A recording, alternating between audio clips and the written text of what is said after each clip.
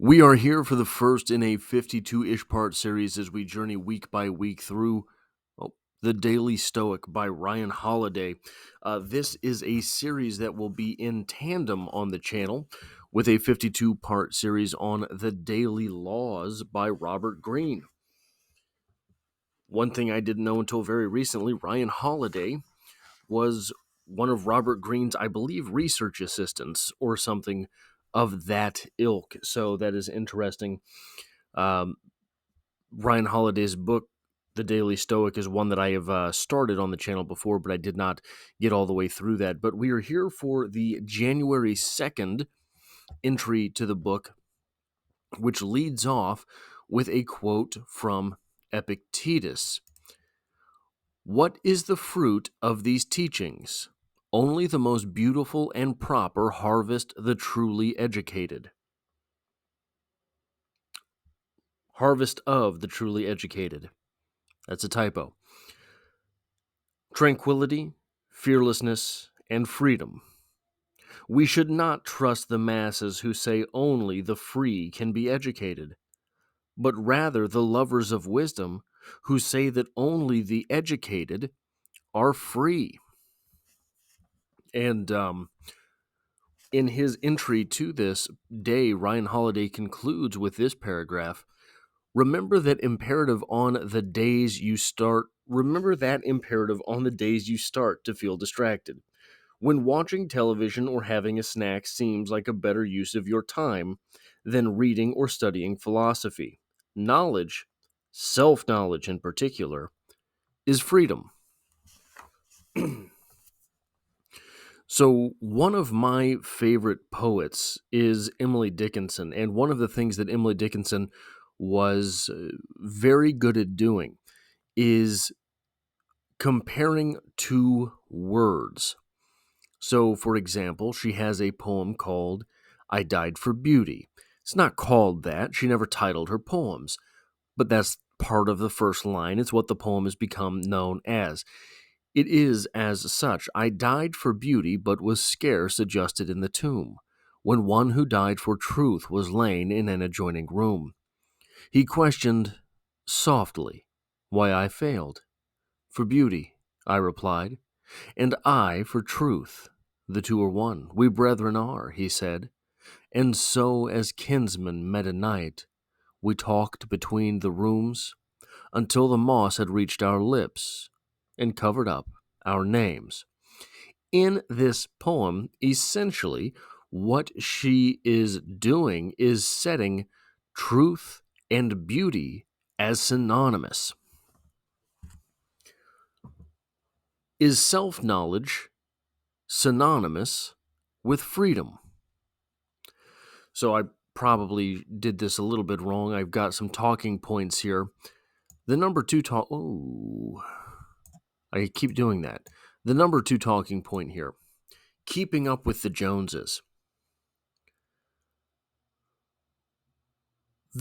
Surely you know someone who tries to keep up with the Joneses.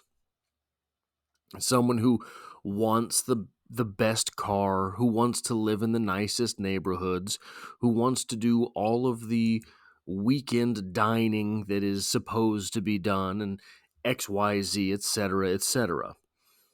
Wants to live the life the neighbors are living. But why would you want to live the life that the neighbors are living when you are not the neighbors?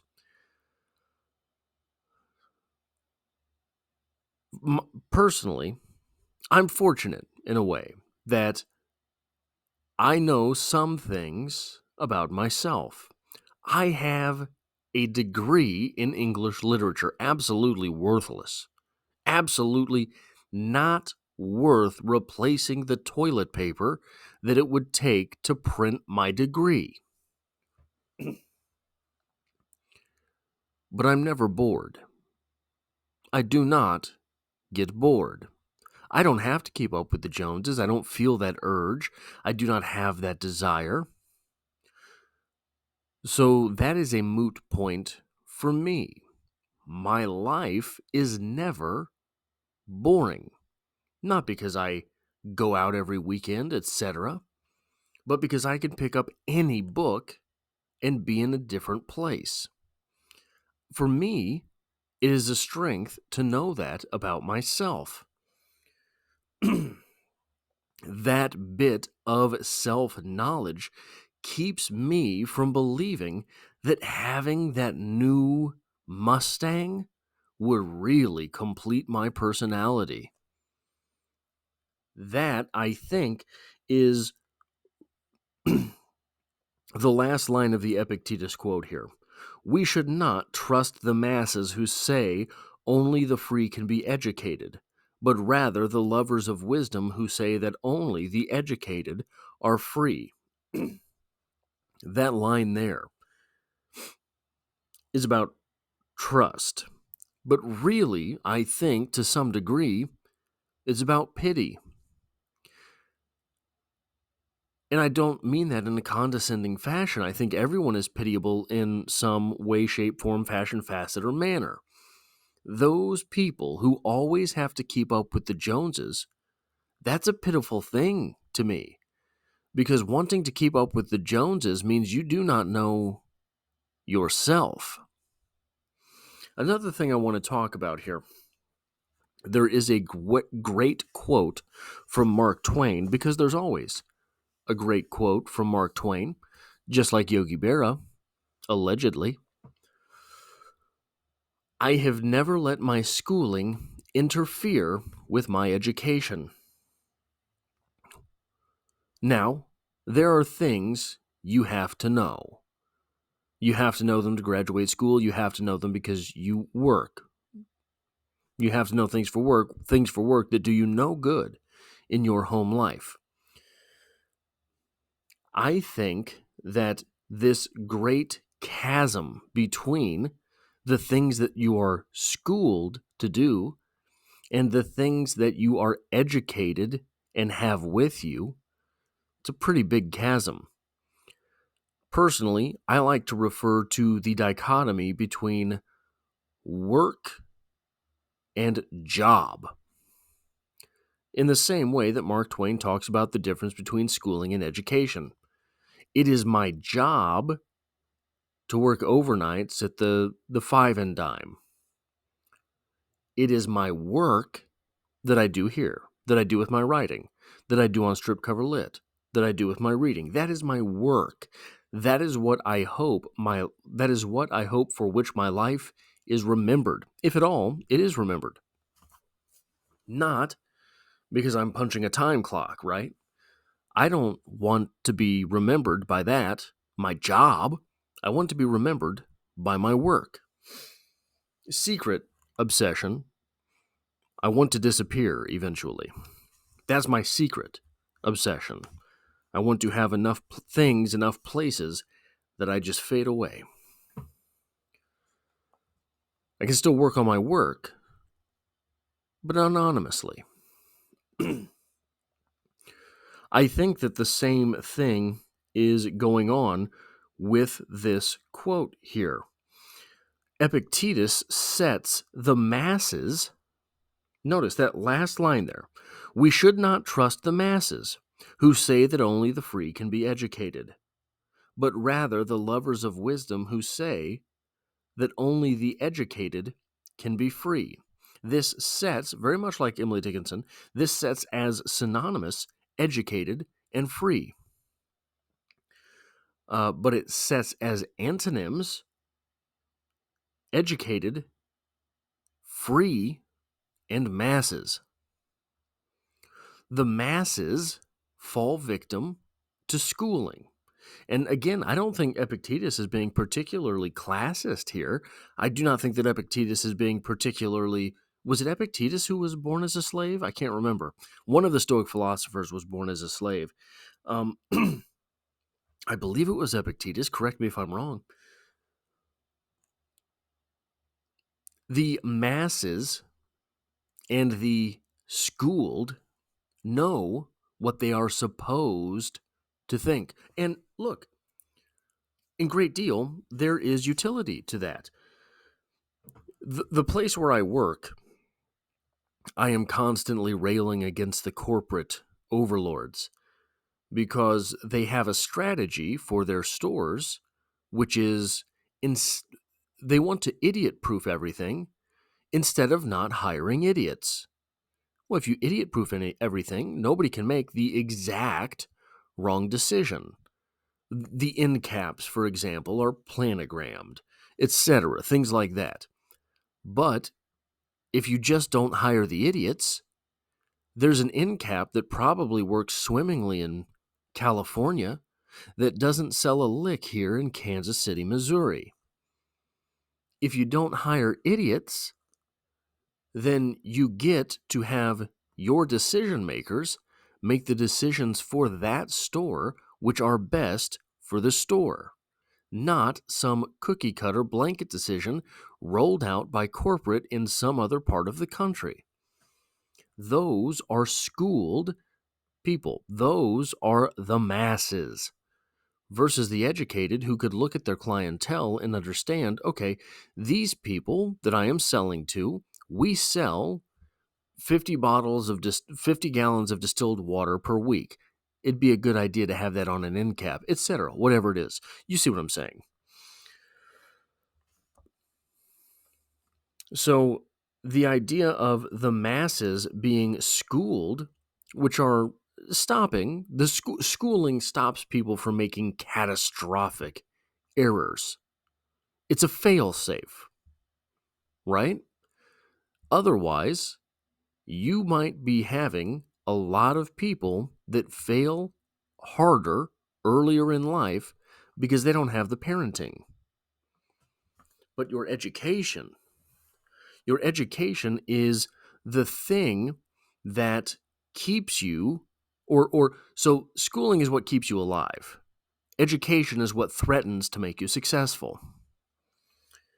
Now, the last thing that I want to talk about here, in the last paragraph here, Ryan Holiday says, remember that in the first paragraph, he starts with, why did you pick up this book? Why pick up any book? Not to seem smarter, not to pass time on the plane, not to hear what you want to hear. There are plenty of easier options than reading.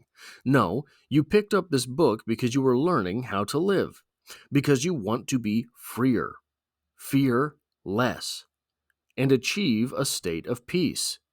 Education, reading and meditating on the wisdom of great minds, is not to be done for its own sake. It has a purpose.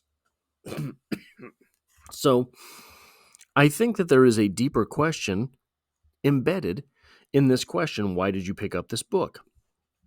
And by proxy, why did you click on this video? I think inherent in the act is some conclusion that you had made. You made the conclusion, if you saw education is freedom on a thumbnail, I know what educated means. I know what freedom is.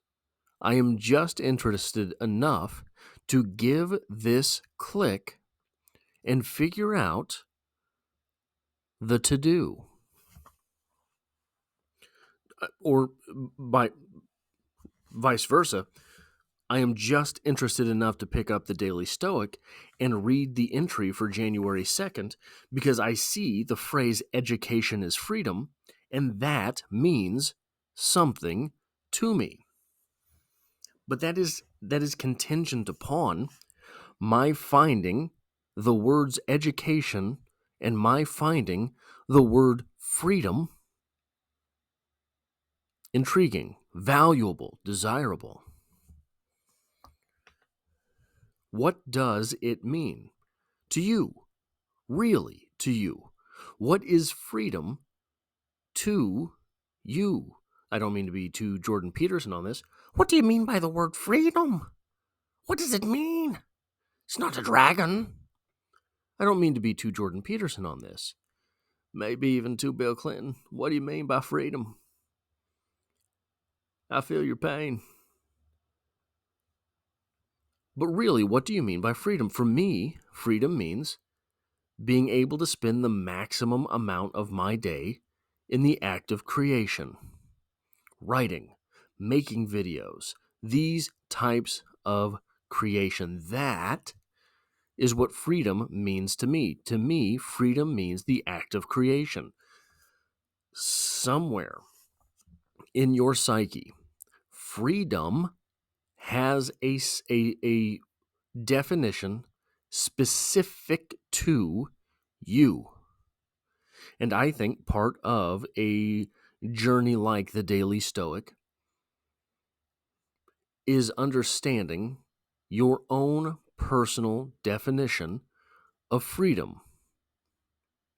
Like Emily Dickinson, with all of those poems of hers, the interpretation of the poem is contingent upon, obviously, this is Derrida, right? Derrida talked about this. What does the word mean? And when you say it, if you say freedom, you are invoking the idea of slavery. If you say on time, you are also evoking the idea of being late. You're evoking the idea of being early.